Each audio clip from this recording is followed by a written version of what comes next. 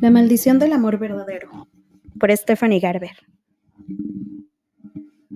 Para todos los que alguna vez han deseado una segunda oportunidad. Parte 4. Felices para siempre. Capítulo 1.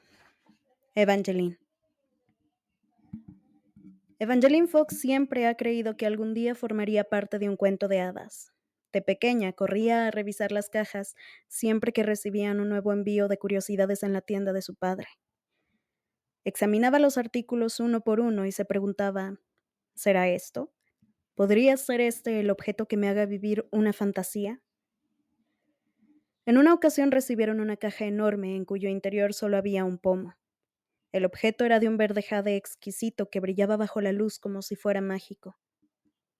Evangeline estaba convencida de que si lo unía a la puerta adecuada, accedería a otro mundo y su cuento de hadas comenzaría. Por desgracia, el pomo jamás abrió nada fuera de lo normal. Sin embargo, Evangeline nunca perdió la esperanza de acceder a un sitio así algún día. La esperanza y la imaginación y la fe en la magia habían sido siempre para ella como respirar.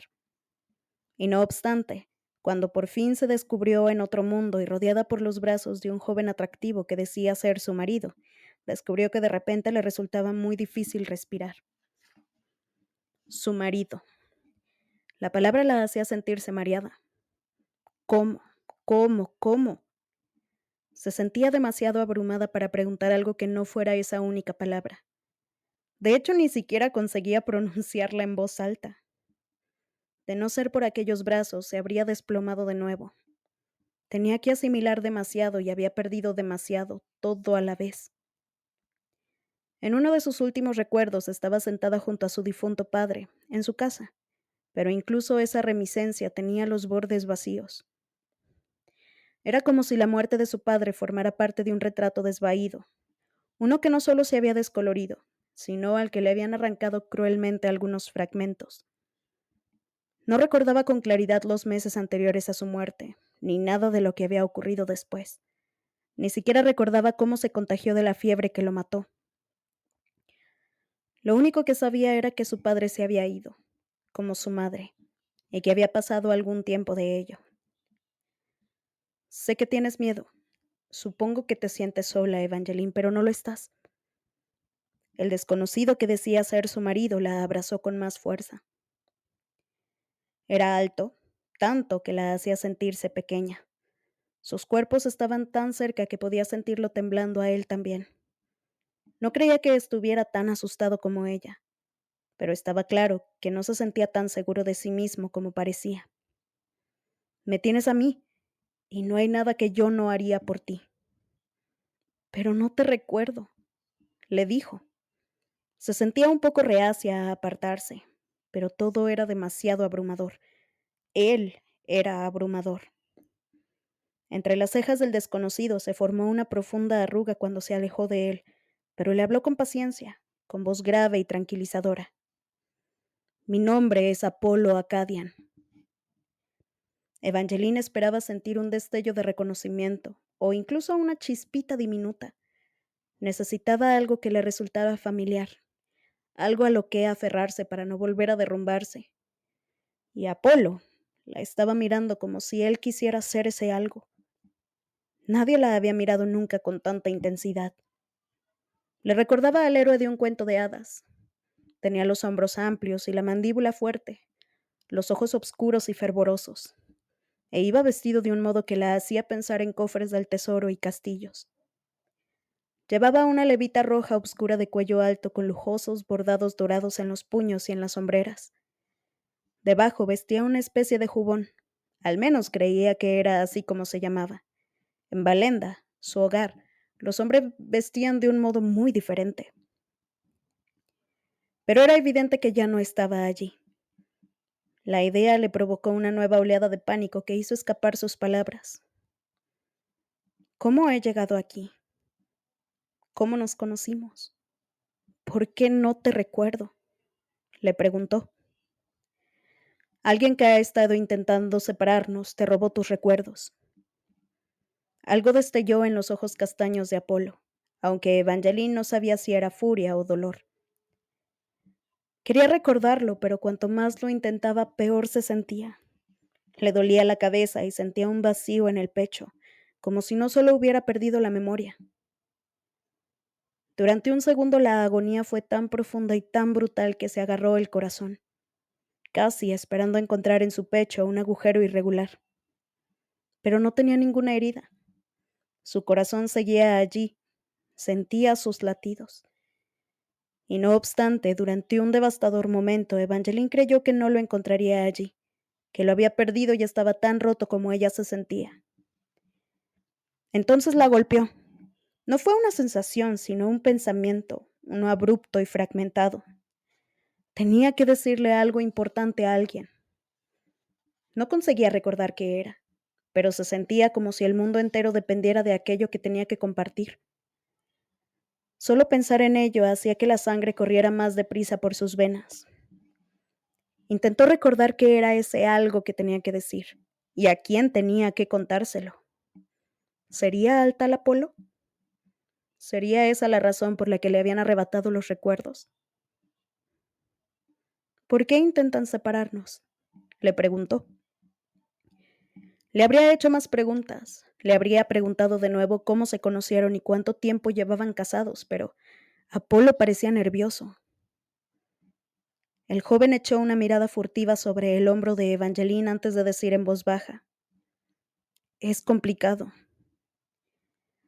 Ella siguió su mirada hasta la extraña puerta de madera contra la que había estado acurrucada. A cada lado de la entrada había un ángel guerrero tallado en piedra, aunque eran más realistas de lo que habría esperado de una escultura. Tenían las alas extendidas y salpicadas de sangre seca. La visión provocó otra punzada en su pecho, como si su cuerpo todavía recordara lo que su mente había olvidado. ¿Sabes? ¿Sabes qué ocurrió aquí?, le preguntó a Apolo. Durante una fracción de segundo, algo que casi parecía remordimiento atravesó el rostro de Apolo, aunque podría haber sido solo tristeza. Te prometo que te responderé a todas las preguntas que tengas, pero ahora debemos salir de aquí. Tenemos que marcharnos antes de que él regrese. ¿Él? El villano que te robó la memoria. Apolo le dio la mano y la sostuvo con firmeza mientras la sacaba apresuradamente de la estancia donde estaba la puerta y los ángeles guerreros. La granulada luz de última hora de la mañana iluminaba los estantes abarrotados de manuscritos atados con lazos y borlas. Parecía que estaban en una antigua biblioteca, aunque los libros parecían más recientes cuanto más se alejaban.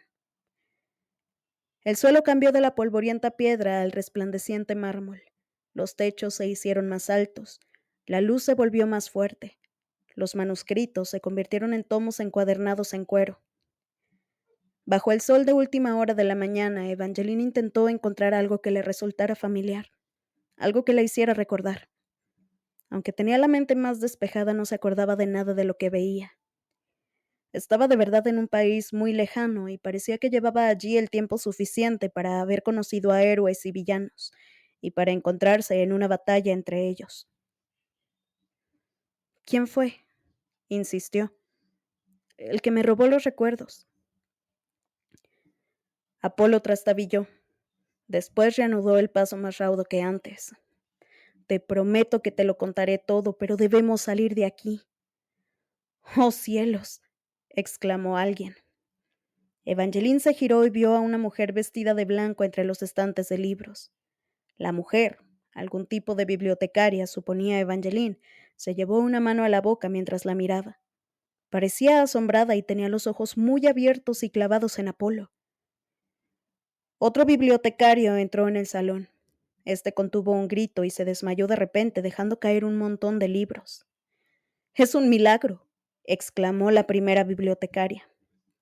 Más bibliotecarios y eruditos aparecieron y todos exclamaron cosas similares. Evangeline se acurrucó contra Apolo mientras los rodeaban.